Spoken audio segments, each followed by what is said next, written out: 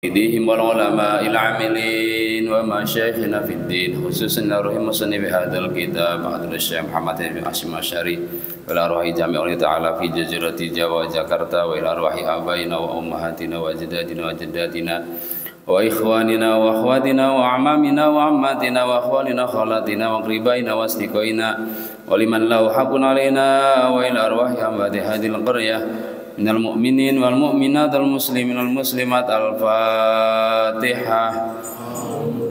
أعوذ بالله من الشيطان الرجيم. بسم الله الرحمن الرحيم. الحمد لله رب العالمين الرحمن الرحيم مالك يوم الدين. إياك نعبد وإياك نستعين. اهدنا الصراط المستقيم صراط الذين أنعمت عليهم غير المغضوب عليهم ولا الضالين. آمين. يا رب بالمصطفى بلغ مقاصدنا واغفر لنا ما مضى يا واسع الكرم. يا رب بلغ مقاصدنا واغفر لنا ما مضى يا واسع الكرم. محمد سيد الكونين والثقلين والفريقين من عرب ومن عجم. يا رب بلغ مقاصدنا واغفر لنا ما مضى يا واسع الكرم. نبينا الأمير النهي فلا أحد أبر في قول لا منه ولا نعم. يا رب بلغ مقاصدنا واغفر لنا ما مضى يا واسع الكرم. هو الحبيب الذي ترجى شفاعته لكل هول من الأهوال مقتحم. يا رب بلغ مقاصدنا واغفر لنا ما مضى يا واسع الكرم. اللهم صل وسلم وبارك عليه وعلى آله. Bismillahirrahmanirrahim. Alhamdulillah rabbil alamin wa bihi nasta'in wa ala umuri dunya waddin. Wassalatu wassalamu ala syarfil anbiya wal mursalin Sayyidina wa maulana Muhammadin wa ala alihi wa ashabihi ajma'in. Amma ba'du. Wa inna asdaqal hadits kitabullah wa khairal hadi hadi Muhammadin sallallahu alaihi wasallam wa syarrul umuri muhdatsatuha wa kullu muhdatsatin bid'ah wa kullu bid'atin dhalalah wa kullu dhalalatin finnar atau kama qala Rasulullah sallallahu alaihi wasallam. Hadirin jamaah sekalian rahimakumullah. Malam hari ini rupanya malam yang terakhir di tahun 1445 Hijriah. Dari Syawal sampai Sya'ban begitu ya. Karena bulan depan kita sudah masuk bulan Ramadan. Kegiatannya diganti dengan kegiatan buka bersama. Ya. Maka dari itu bersyukur kita malam hari ini bisa bertemu kembali untuk merefleksikan kembali apa yang sudah kita kaji sambil tawakufan. Lalu kita berdoa pada Allah Subhanahu wa Ta'ala agar apa yang telah kita pelajari Allah patri ke dalam hati kita, menjadi ilmu dan akhlak kita, sehingga kita menjadi orang yang muhsin di hadapan Allah Subhanahu wa Ta'ala. Salawat dan salam semoga Allah aturkan kepada junjungan kita Nabi besar Muhammad sallallahu alaihi wasallam, para keluarga, para sahabat, para zuriyah, dan para pengamal sunnahnya hingga kita semua. Bapak dan saudara sekalian rahimakumullah, untuk malam hari ini kita tidak akan melanjutkan materinya, cuman saya mengajak muhasabah atau refleksi apa yang sudah kita pelajari dari kitab ini. Jadi Hadratus Syekh Hasyim Asy'ari itu beliau adalah sosok ulama yang diakui ilmunya dan diakui juga akhlaknya.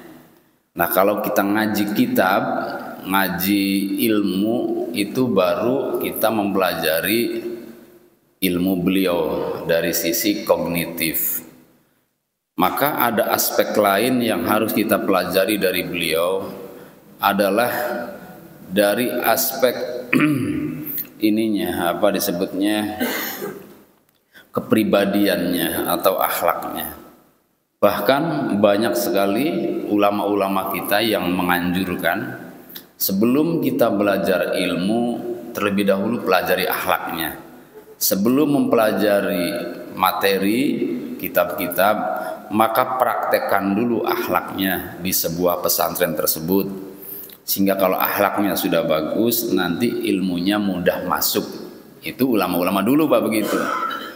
Ulama sekarang atau pesantren sekarang mulai bergeser nilai-nilai sudut pandangnya.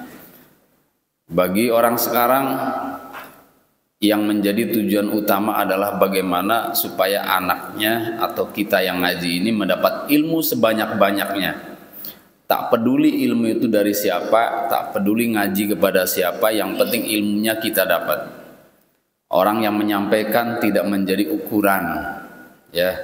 Apalagi kalau bicara berkah, itu hampir tidak tersentuh oleh orang masa kini dan mungkin sampai ke akhir zaman. Itu sesuatu yang baik. Baik, sudah menuntut ilmu itu baik. Tapi alangkah lebih baik jika menuntut ilmu itu diiringi dengan bagaimana supaya ilmu yang didapatkan bukan hanya mampu diamalkan, tapi juga mendapat keberkahan. Nah, itu penting, Pak. Seperti apa contohnya? Berkah itu maknanya adalah bertubi-tubinya kebaikan yang terdapat pada sesuatu. Misal, harta yang kita makan adalah harta halal, maka itu kalau kita makan baik, Pak. Ya, ada lagi yang lebih tinggi daripada halal, ya berkah. Walaupun halal itu sudah mengandung berkah, Pak. Tapi keberkahan yang ada di dalamnya tentu berbeda-beda. Makan, Pak, kalau bersama itu mengandung menurunkan keberkahan. Makan berjamaah, apalagi makannya satu nampan, di situ banyak tangan, nah itu lebih banyak berkahnya. Atau daging kurban, sama dagingnya Pak, kita beli di pasar sama, halal nilainya, daging kurban juga sama nilainya. Tapi ada bedanya, ya, dari sisi berkah. Nah, yang bisa tahu dari sisi berkah itu adalah ilmu batin. Ilmu dohir nggak kelihatan, mana berkah mana tidak nggak kelihatan, sehingga rasanya sama. Jangan karena enakan daging kurban, Pak, enak banget, kenapa? Gratis. Nah, kalau kita kan begitu ya, gratis. Bukan, Pak. Kalau ulama itu menikmati berkah itu lebih lahap daripada menikmati kuliner. Lebih lahap, Pak. Ya, sehingga ada istilah kalau mau minum suruh diminum dulu oleh kiai, ya, atau oleh habaib, minum. Lalu habis itu kalau nggak habis baru diminum. Itu lebih apa tadi disebutnya? Lebih terasa enaknya, lebih terasa nikmatnya daripada minum ya susu atau semisalnya Sprite, teh botol dan lain-lain. Itu lebih nikmat yang tadi bagi orang-orang yang tujuannya adalah mencari keberkahan. Maka apa sebetulnya yang membuat mereka suka pada keberkahan? Di antaranya, Pak, dapat meningkatkan semangat ibadah. Jadi kalau hanya halal, hanya baik, hanya boleh, ya, apalagi hanya syubhat, itu tidak sampai kepada memotivasi atau memiliki nilai menyemangati ruh kita untuk taat atau getol beribadah. Tapi kalau dengan keberkahan itu lebih semangat, Pak. Ibadah itu lebih semangat karena di dalamnya ada nilai-nilai keberkahan. Hanya bedanya begitu. Maka kalau dari sisi ilmu, Pak, yang menyukai apa yang dia ajarkan itu lebih banyak, dan yang mengamalkannya juga lebih banyak. Berarti kalau begitu ilmunya berkah. Ya, makanya Hadratus Syekh Hasyim Asy'ari termasuk orang yang banyak pengikutnya dan ilmunya dipakai oleh para santri. Kalau begitu ulama yang memiliki arisan ilmu lalu kemudian diamalkan, lalu kemudian banyak yang mengamalkannya, maka keberkahannya lebih banyak daripada sekedar diamalkan oleh beberapa orang. Apalagi Pak kalau kita lihat Imam Mujtahid. Imam Mujtahid itu Imam Syafi'i misalnya. Kalau saya rasakan sih, saya belum melakukan riset atau penelitian, kayaknya sepertiga mayoritas muslim itu dunia pengamal madhab Syafi'i. Ya, sehingga Imam Syafi'i itu selalu kebagian Pak dari apa yang kita amalkan. Jutaan, ratusan juta, mungkin miliaran manusia sejak zaman beliau hingga sekarang mengikuti atau mengamalkan ilmu yang beliau ajarkan. Maka semakin banyak pengikutnya, semakin banyak yang mengamalkan, berarti kalau begitu lebih banyak berkahnya, ya, lebih banyak dia mendapatkan tambahan pahala dari kita yang mengamalkan. Itulah keberkahan. Salah satu teorinya, nah, untuk mendapatkan keberkahan itu yang saya dapatkan di pesantren, Pak, di antaranya adalah takzim kepada guru. Takzim itu apa? Takzim itu hormat. Hormat. Itu tahapan pertama setelah takzim, memuliakan. Dan memuliakan itu bukan hanya di depan, Pak. Mereka memuliakan itu sampai ke belakang. Maksudnya tidak di hadapannya pun tidak berani menggunjingnya, tidak berani merendahkannya. Ya, apalagi sampai menggodanya. Gak kayak anak sekarang, Pak. Siswa saya kan banyak perempuan. Pak, godain saya dong, Pak. Mas, siswa begitu, Pak, sekarang tuh ya. Kalau mau disuruh, cari cara bagaimana supaya nggak disuruh, biar bisa kabur. Kalau santri itu nunggu disuruh, malah kapan saya disuruh ya?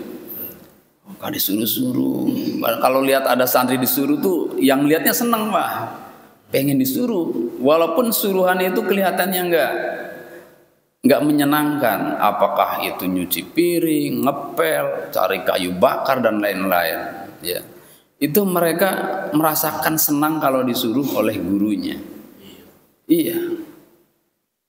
Nah itu mulai hilang, Pak, di tataran pendidikan kita. Yang masih ada hanya di pesantren, warisan-warisan seperti itu di pesantren pun pesantren salaf. Pesantren salafiyah maksudnya, bukan salafi, salafiyah. Ya. Pesantren tradisional atau pesantren kuno yang ulamanya atau pengasuh pesantrennya masih mengutamakan keberkahan. Dan mereka sebetulnya mampu, Pak, tidak menyuruh santri pun mampu, hanya ingin santri itu dapat keberkahan dari caranya dia menjadi santri. Sama dengan istri, Pak. Istri itu kalau pengen dapat nilai taat ya kepada suami, ya jangan banyak nyanggah, jangan banyak menyakiti suami. Walaupun suami itu kadang lebih rendah penghasilannya, lebih rendah pangkatnya. Kan ada juga, Pak, istri yang statusnya sebagai Pak Bu Lurah tapi suaminya bukan, ya. Istri penghasilannya jutaan tapi suaminya pengangguran, kan masih banyak, Pak.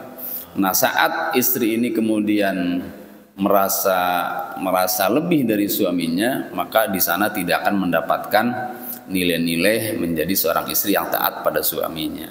Begitu juga santri, Pak, pada gurunya. Ya, sampai Pak diceritakan Hadratus Syekh Hasyim Asy'ari itu Pak mondok di Bangkalan itu, walaupun tidak lama mondoknya, Al-Kisah ada yang mengatakan 3 bulan, ada 6 bulan, katakanlah 5 bulan Pak mondok di sana. Itu beliau yang diamalkan pertama kali adalah bagaimana supaya gurunya senang,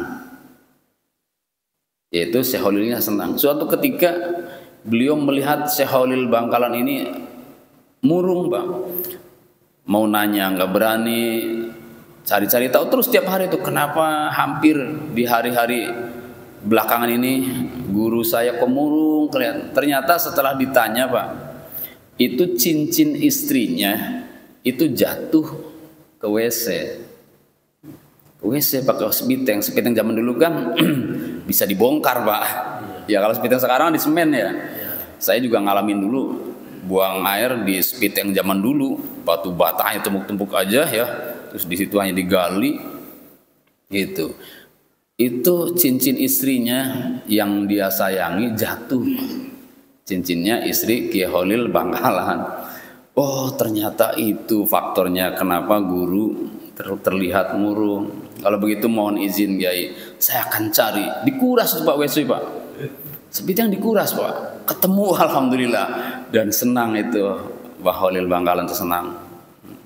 Apa enggak memanjatkan doa tuh kalau ada guru seperti itu Pak? Kalau ada santri seperti itu, guru masa enggak berdoa untuk santrinya? Kan enggak mungkin Pak.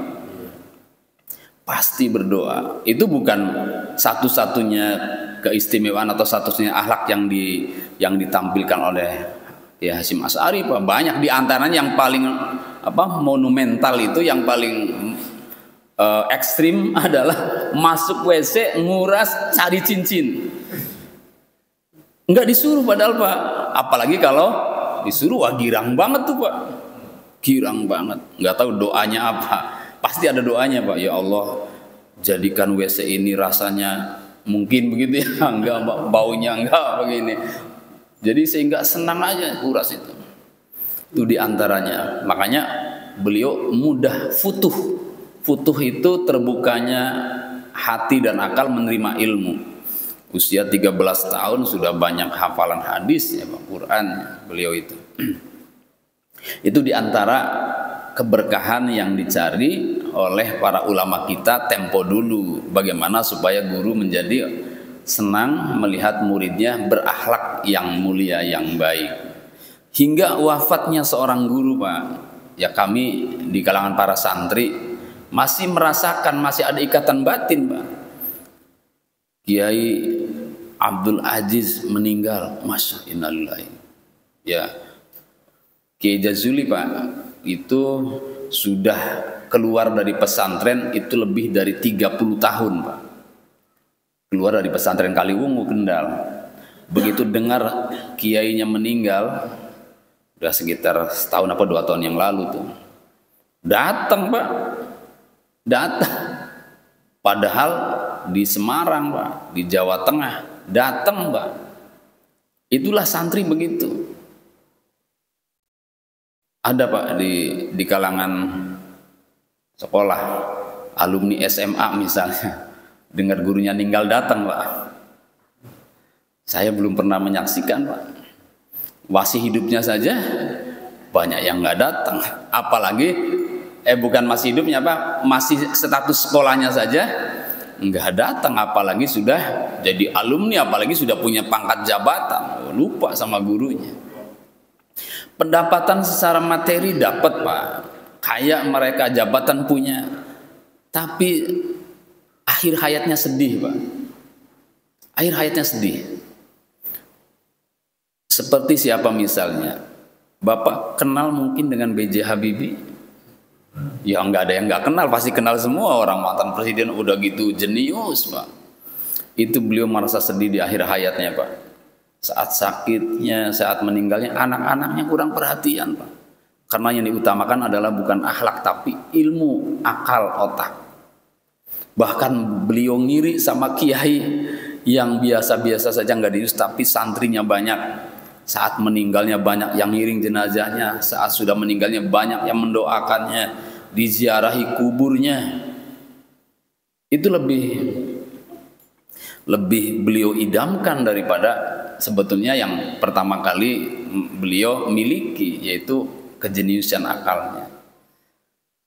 Maka mari hadirin jamaah sekalian rahimakumullah, kita belajar dari buku Hadratus Syekh Hasyim Asy'ari, juga belajar dari perilaku beliau. Ya, perilaku beliau diantaranya seperti itu akhlaknya. Beliau juga seorang pejuang yang luar biasa. Bahkan di jajaran pahlawan nasional beliau termasuk diantaranya, ada namanya pahlawan nasional Indonesia. Jadi dikenal di kalangan para bangsawan, dikenal juga di kalangan para ulama, karena beliau bukan hanya kiai tapi juga tokoh nasional. Di antara yang beliau contohkan atau beliau tampilkan untuk kita sehingga menjadi mau menirunya, bahwa orang yang paling baik di sisi Allah adalah orang yang paling bermanfaat. Orang yang paling bermanfaat. Maka jadikan diri ini, kata beliau, jadilah orang yang paling bermanfaat. Profesinya apapun. Ya, profesinya apapun. Ibadah mahdoh, sholat kita rajin, puasa kita rajin, tapi tidak ada kontribusinya kepada umat, itu kurang mendapat perhatian Nabi SAW. Suatu ketika ada sahabat yang kemana-mana Nabi pergi, Nabi ada, Nabi duduk, Nabi tidur, Nabi itu selalu ada. Nabi mau sholat malam ada, Nabi mau sholat duha ada, Nabi mau pergi kemana ada. Ternyata ketika ditanya, kamu kok, saya lupa namanya Pak, kamu kok selalu ada di mana saya ada, kata Nabi. Apa yang kamu inginkan? Kata sahabat itu, yang saya inginkan adalah saya ingin beribadah seperti engkau ya Rasulullah. Jadi saya ingin meniru ibadah engkau. Lalu ketika itu Nabi bertanya balik, lalu untuk umatku mana? Katanya begitu. Untuk umatku mana? Jadi maunya Nabi, jadilah orang yang tidak hanya rajin ibadah, tapi bagaimana supaya orang lain merasakan manfaatnya ibadah kita. Kalau ustadz dia bisa menyampaikan begitu, tidak hanya rajin ngaji tapi nggak pernah menyampaikan, itu juga kurang, Pak.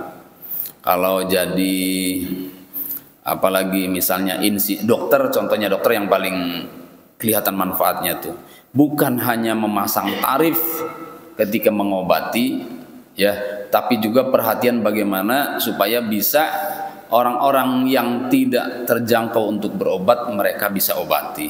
Ya, itu berarti dokter ini lebih bermanfaat daripada dokter-dokter yang lainnya. Nah, itulah orang yang paling bermanfaat, maka orang-orang tersebut akan dicintai oleh Nabi dan Allah Subhanahu wa taala. Maka ketika terjadinya ini, Pak, apa disebutnya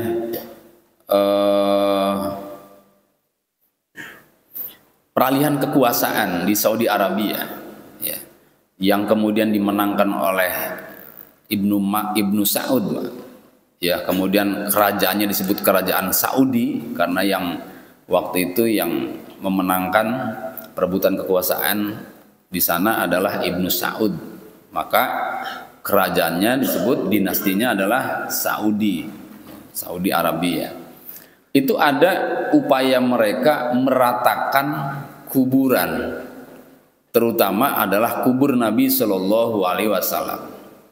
Yang menjadi target utama sebetulnya kubur Nabi. Bagaimana kubur Nabi supaya sama dengan kubur-kubur yang lainnya? Karena kubur Nabi waktu itu ada bedanya, Pak. Ya mewah, ya tinggi, ya istimewa dan lain-lain. Sehingga selain daripada tempatnya nyaman, juga menarik simpati para peziarah. Berjubel-jubel beribu-ribu orang padat di situ untuk berziarah kepada Nabi.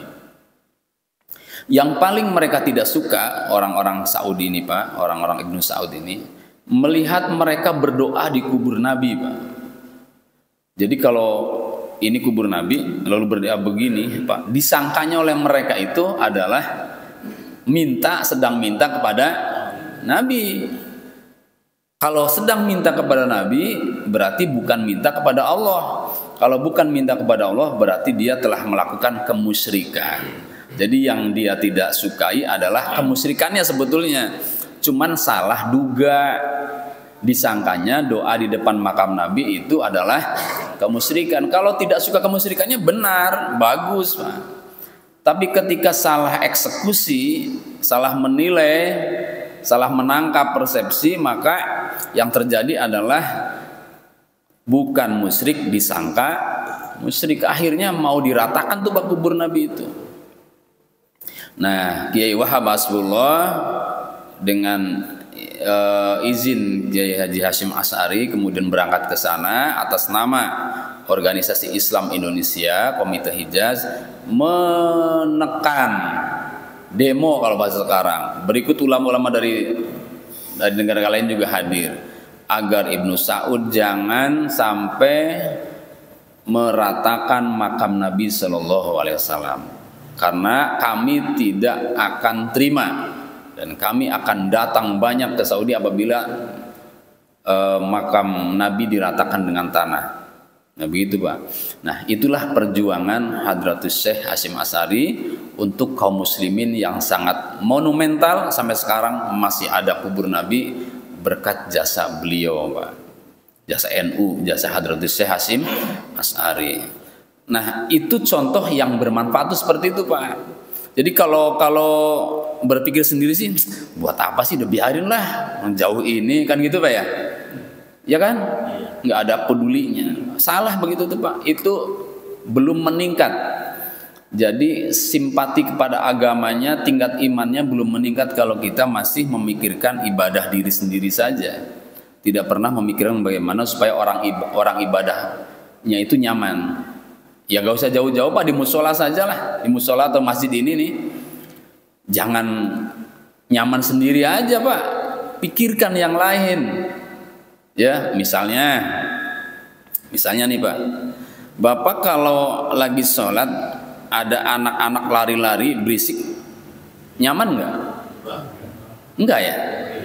Tapi nggak berani berbuat apa-apa. Nggak berani berbuat apa-apa. Nah itu namanya Bapak kurang perhatian. Hendaknya berbuat apa-apa minimal. Pak, gimana ya Pak ya anak-anak berisik? Nah itu namanya perhatian tuh Pak.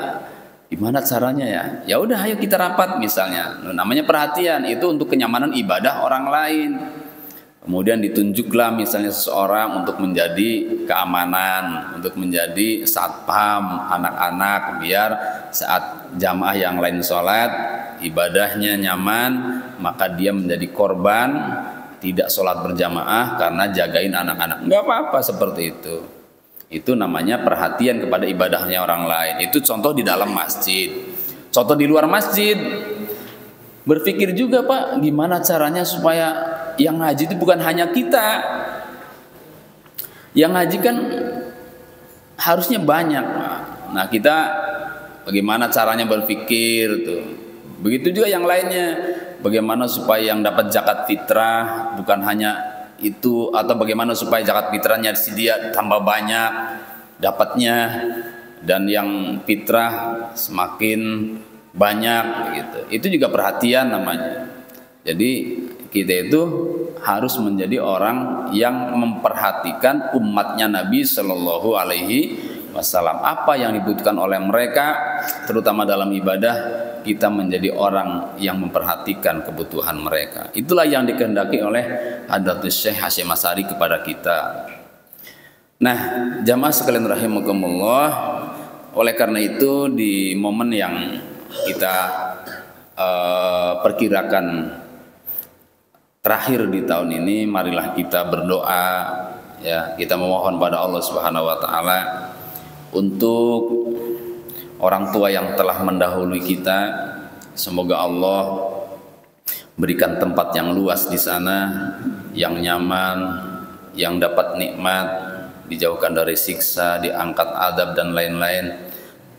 Untuk para guru-guru kita, semoga Allah berikan keberkahan ilmunya sehingga mereka mendapatkan nilai manfaat dari ilmu yang telah mereka amalkan. Wabil khusus untuk Hadratus Syekh Hasyim Asy'ari yang telah menjadi inisiator, pionir daripada pergerakan Islam di Indonesia ini. Beliau juga menulis banyak kitab. Semoga Allah muliakan beliau, Allah angkat derajat beliau, Allah berikan tempat yang sempurna bagi beliau. Dan untuk kita yang selalu rajin ngaji, Allah berikan tambahan ilmu yang bermanfaat, Allah berikan kemampuan mengamalkannya dengan ikhlas, dan Allah istiqomahkan dalam segala ibadah-ibadahnya, sehingga juga kita memohon pada Allah agar Allah wafatkan kita dalam keadaan husnul khotimah. Ala hadhihi nas'alul jawab bi syafaatil Fatihah. A'udzu billahi minasyaitonir rajim. Bismillahirrahmanirrahim. Alhamdulillahi rabbil alamin arrahmanir rahim maliki yaumiddin. Iyyaka na'budu wa iyyaka nasta'in ihdinas siratal mustaqim siratal ladzina an'amta 'alaihim ghairil maghdubi 'alaihim waladdallin. Amin. Dan semoga kita dipanjangkan umur oleh Allah Subhanahu wa taala serta kesehatan yang paripurna agar bisa melaksanakan ibadah di bulan Ramadan tanpa kekurangan sedikit pun. Al-Fatihah. A'udzu billahi minasyaitonir rajim. Bismillahirrahmanirrahim. Alhamdulillahi rabbil alamin arrahmanir rahim maliki yaumiddin. Iyyaka na'budu wa iyyaka nasta'in ihdinas siratal mustaqim siratal ladzina an'amta 'alaihim ghairil maghdubi 'alaihim waladdallin. Amin. Bismillahirrahmanirrahim. Qul huwallahu ahad Allahus samad lam yalid wa lam yulad wa lam yakul lahu kufuwan ahad. Bismillahirrahmanirrahim. Qul huwallahu ahad Allahus samad lam yalid wa lam yulad wa lam yakul lahu kufuwan ahad. Bismillahirrahmanirrahim. Qul huwallahu ahad Allahus samad walam yulad walam yakul lahu kufuwan ahad. La ilaha illallah wallahu akbar walillahil hamd. Bismillahirrahmanirrahim. Qul a'udzu birabbil falaq min syarri ma khalaq wa min syarri ghasiqin idza waqab wa min syarri naffasati fil 'uqad wa min syarri hasidin idza hasad. La ilaha illallah wallahu akbar walillahil hamd. Bismillahirrahmanirrahim. Qul a'udzu birabbin nas malikin nas ilahin nas min syarril waswasil khannas alladzi yuwaswisu fi sudurin nas minal jinnati wan nas. La ilaha illallah wallahu akbar walillahil hamd. Bismillahirrahmanirrahim. Alhamdulillahi rabbil alamin arrahmanir rahim maliki yaumiddin. Iyyaka na'budu wa iyyaka nasta'in ihdinas siratal mustaqim siratal ladzina an'amta 'alaihim ghairil maghdubi 'alaihim waladdallin. Amin. Bismillahirrahmanirrahim. Alif lam mim. Dzalikal kitabu la raiba fihi hudal lil muttaqin alladzina yu'minuna bil ghaibi wa yuqimuna as-salata wa mimma razaqnahum yunfiqun walladzina yu'minuna bima unzila ilaika wa ma unzila min qablik wa bil akhirati hum yuqinun ulaika ala hudan min rabbihim ulaika humul muflihun. Wa ilahukum ilahu wahidun la ilaha illa huwar rahmanir rahim. Allahu la ilaha illa huwal hayyul qayyum. Ta'khudhuhu sinatun wa la nawm lahu ma fis samawati wa ma fil ard. Man dhal ladzi yashfa'u 'indahu illa bi idhnihi ya'lamu ma bayna aydihim wa ma khalfahum wa la yuhituna bi shay'in min 'ilmihi illa bima sha'a. Wasi'a kursiyyus samawati wal arda wa la ya'uduhu hifdhuhuma wa huwal 'aliyyul 'azim. لله ما في السماوات وما في الأرض وإن تبدوا ما في أنفسكم أو تخفوه يحاسبكم به الله ويغفر لمن يشاء ويعذب من يشاء والله على كل شيء قدير آمن الرسول بما أنزل إليه من ربه والمؤمنون كل آمن بالله وملائكته وكتبه ورسله لا نفرق بين أحد من رسله وقالوا سمعنا وأطعنا غفرانك ربنا وإليك المصير لا يكلف الله نفسا إلا وسعها لها ما كسبت وعليها ما اكتسبت ربنا لا تؤاخذنا إن نسينا أو أخطأنا ربنا ولا تحمل علينا إسرا كما حملته على الذين من قبلنا ربنا ولا تحملنا ما لا طاقة لنا به واعف عنا واغفر لنا وارحمنا أنت مولانا فانصرنا على القوم الكافرين أستغفر الله العظيم أستغفر الله العظيم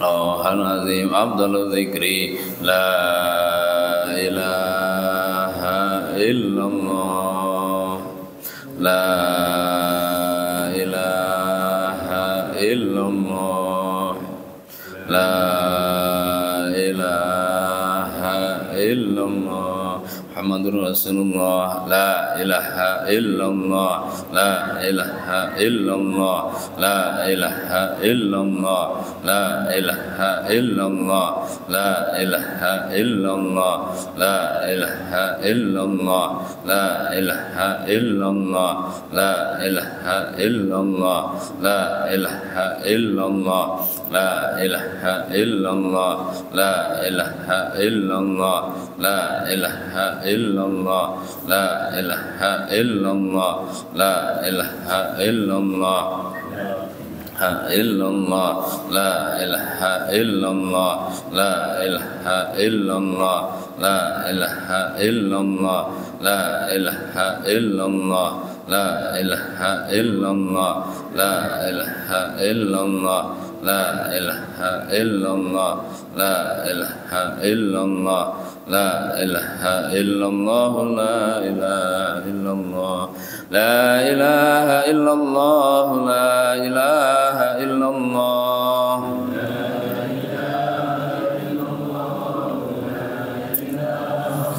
لا إله إلا الله لا إله إلا الله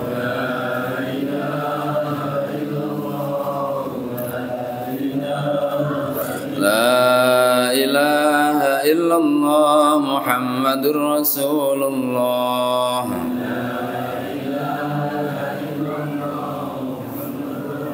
اللهم صل على سيدنا محمد اللهم صل عليه وسلم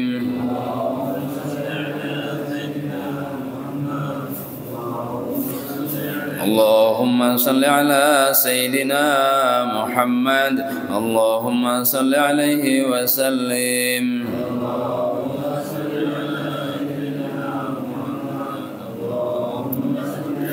اللهم صل على سيدنا محمد يا ربي صل عليه وسلم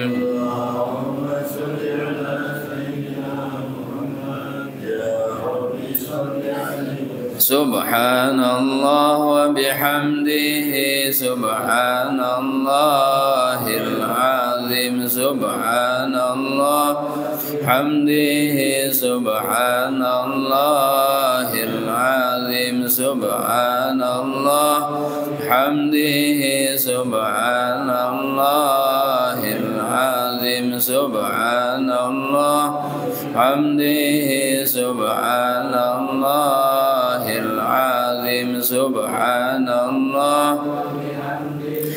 سبحان الله العظيم بحمده اللهم صل على حبيبك سيدنا محمد وآله وصحبه وسلم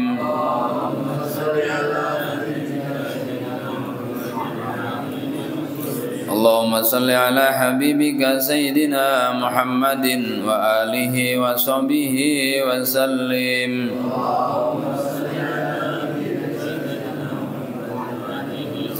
اللهم صل على حبيبك سيدنا محمد وعلى آله وصحبه وبارك وسلم.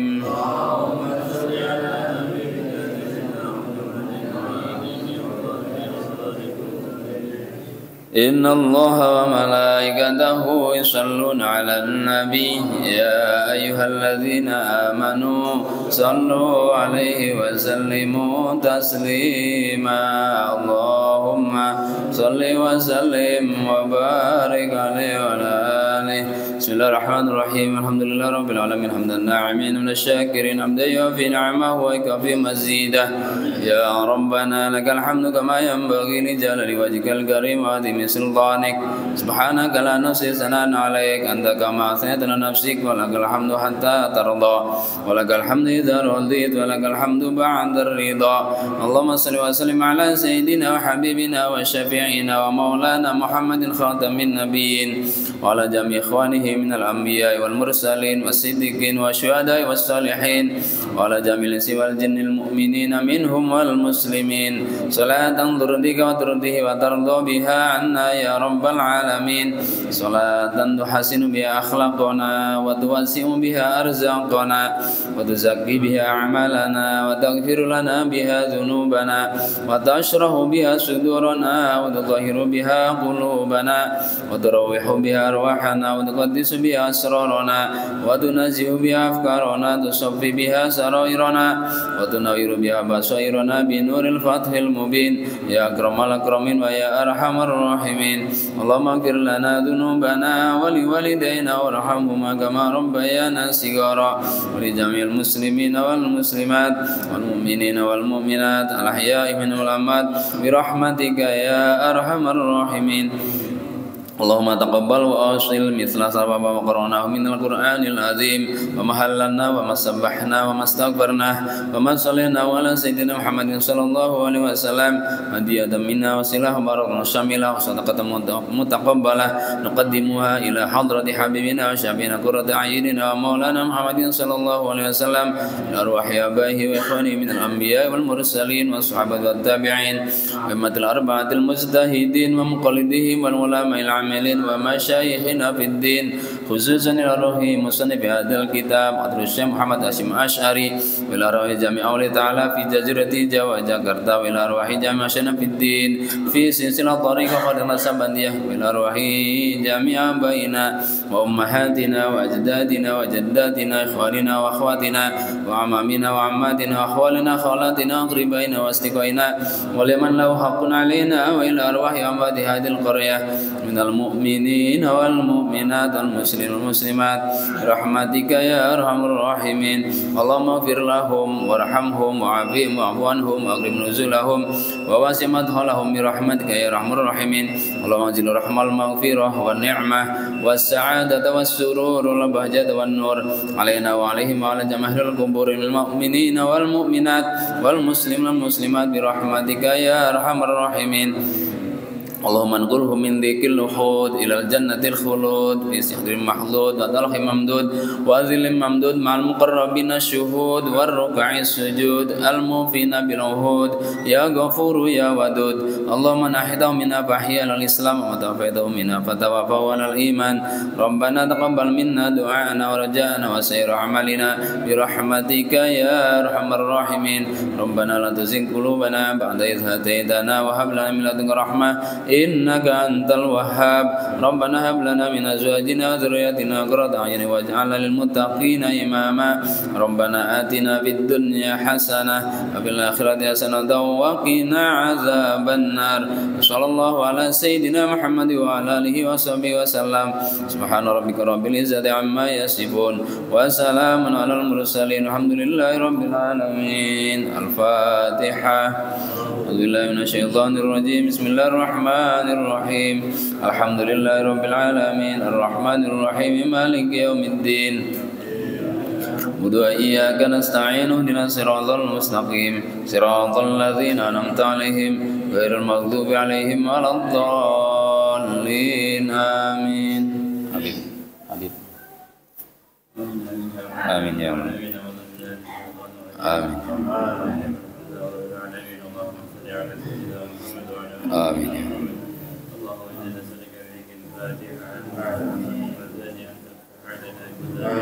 آمين.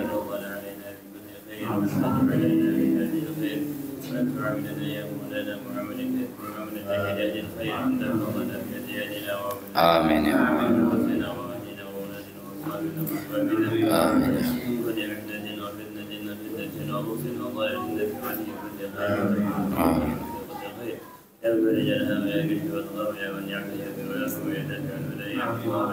آمين.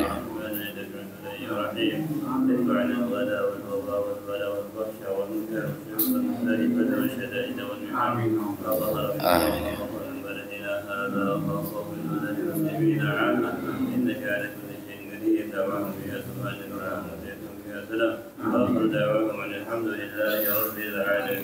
Alhamdulillah, mudah-mudahan apa yang sudah kita amalkan, apa yang sudah kita kaji, apa yang sudah kita dapatkan, Allah berikan keberkahan. Saya apabila ada yang kurang dari saya mohon dimaafkan, dan mari kita sambut bulan Ramadan dengan berharap agar Allah mengampuni dosa-dosa kita dan menjadikan amal ibadah yang lebih baik lagi pada kita. Kurang lebihnya mohon maaf. Assalamualaikum warahmatullahi wabarakatuh.